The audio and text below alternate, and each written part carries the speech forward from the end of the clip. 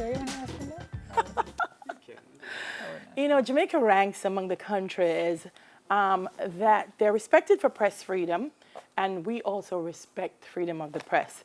However, it's not the case in Nicaragua.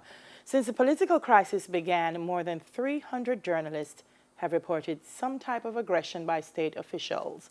First Vice President of the Inter-American Press Association, our own Christopher Barnes, is here. He's going to give us the details on the recent release of imprisoned journalists in that country. Good morning. As Good well morning. as a raise. As well as? Welcome to, no, that's all right.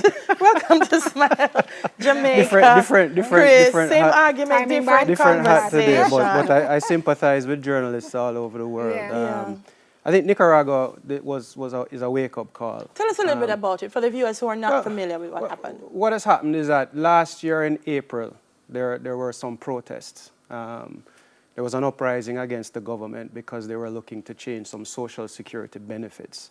And a lot of protesters were locked up. I mean, probably over 700 protesters were detained. And more than 300 people killed. Wow. Yeah. For the recent case where we went to Nicaragua to try and lobby for freedom of journalists is that the managing director and editor-in-chief of 100% Noticias, their offices were raided in December of 2018. This is after the Nicaraguan government passed a law that prevented any form of protest and labeled anybody who protested as a terrorist. So they raided the offices of Noticias and locked up the managing director, his wife, and the editor-in-chief. Oh, wow. They were taken to probably the worst detention center in Nicaragua. They were separated. The wife was subsequently released, but they held on to Mr. Mora and Ms. Pineda for questioning. Yeah? Put them in awful conditions. So that sparked a whole movement, a whole objective of IAPA to try and lobby for the release of these journalists and other journalists. There was one journalist who was even killed.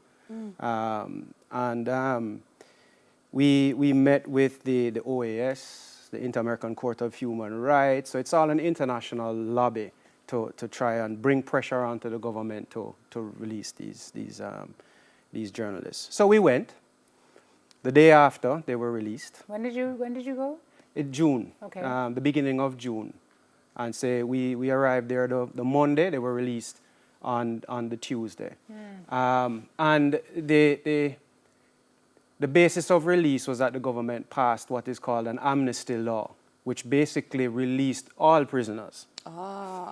Whether or not you had done something, whether or not you were justifiably there. What? So, while we applauded that the journalists were were out released. and some of the political prisoners were out, what it meant was that people who actually committed the crimes atrocities, were the crimes, some of the police, some of the military, they got off scot-free from this amnesty law. And then those who were released, who were falsely detained, the amnesty law provides for if you repeat what it is that you did, you'll be thrown back into prison, and the case opened up again. So they're still under threat of... So if you went there on the basis of reporting and freedom of expression, you can understand that they can be rearrested tomorrow. This is I'm sorry, this is kind of symptomatic of what's going on in other parts of the world. Openly, and not quite so openly,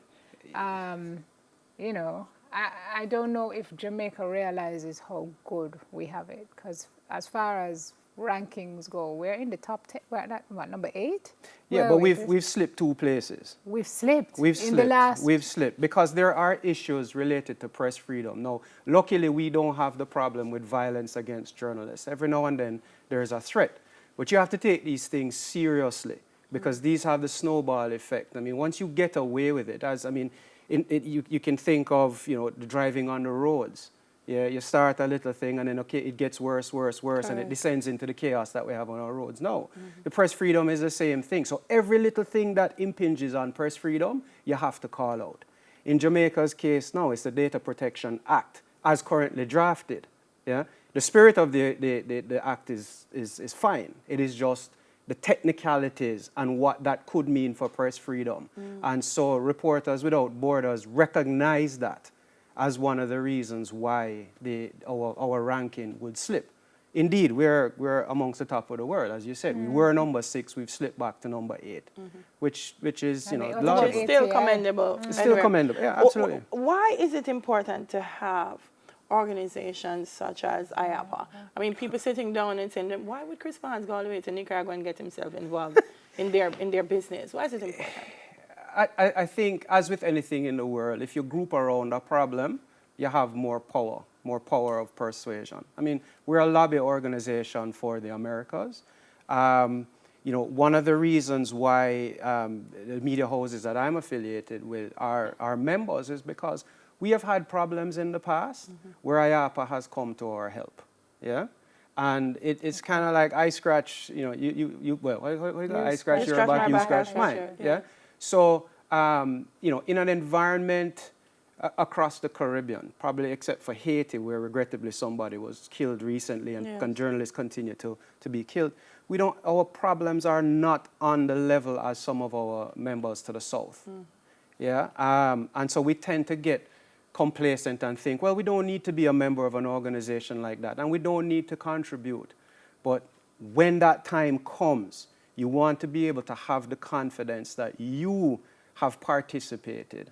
I mean, this trip to Nicaragua was an eye-opener for me because I was one of those people. I mean, I've been a part of this for over 10 years, but I was one of those people who had my doubts. You go to 2 conferences annually, you talk about press freedom, you feel embarrassed because you get up and you say, well, the minister flipped a journalist the bird when you have 50 people dying in Mexico. I think there's 6 already that have been killed, journalists in Mexico that have been killed for the year. And so you get complacent until you need it.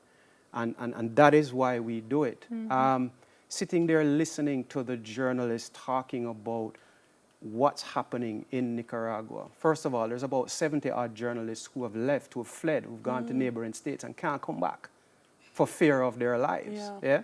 And then you have these people around the table saying police are following them home. They're going to their parents' house, asking where they are, following them. They're checking under their cars. They get up each morning not knowing whether they're going to get home alive. They have these little WhatsApp groups. You're okay, you get home. We do that in Jamaica, right? But this is on a totally different level. The fear level is high. And they don't make much money, so it is passion. And one thing that I laud them for is the passion that they brought to that table and the recognition, along with some of the other protesters who weren't journalists, that this is for love of the country. That was at the core of it, a love for the country and the fact that we are not leaving there until the situation gets better. So now that they've been released, yes. What happens next? Do we leave it as is, but with them still living under fear of if I report? No, because regrettably they had a deadline of, I think it was the 18th, and to release all prisoners. All of the 700 would be released, and I believe there's about 86 that are still there. So there is a call now for the strengthening of some of the sanctions. So the US already has sanctions there, the EU has some sanctions. And what they do with these sanctions is they target individual players and freeze their assets and so on to bring the pressure onto them to change. The Civic Alliance, which could be considered to be akin to the private sector organization of Jamaica, they were instrumental in negotiating with the government for the release and the bringing of sanctions and all of that. There was like a 14-point agreement that the government has not adhered to. Yes, they've released people, but there are some other things that are being demanded. From our point of view, it is, things like holding newsprint at customs. So there are newspapers who would print 32 pages a day, with just to bring transparency to what was happening. They're now limited to 8 pages a day. Their ink is being held up. Noticias, the same one that the managing director was they say kidnapped on December 18th. Their equipment was destroyed, or their equipment was confiscated, and they need to get it back.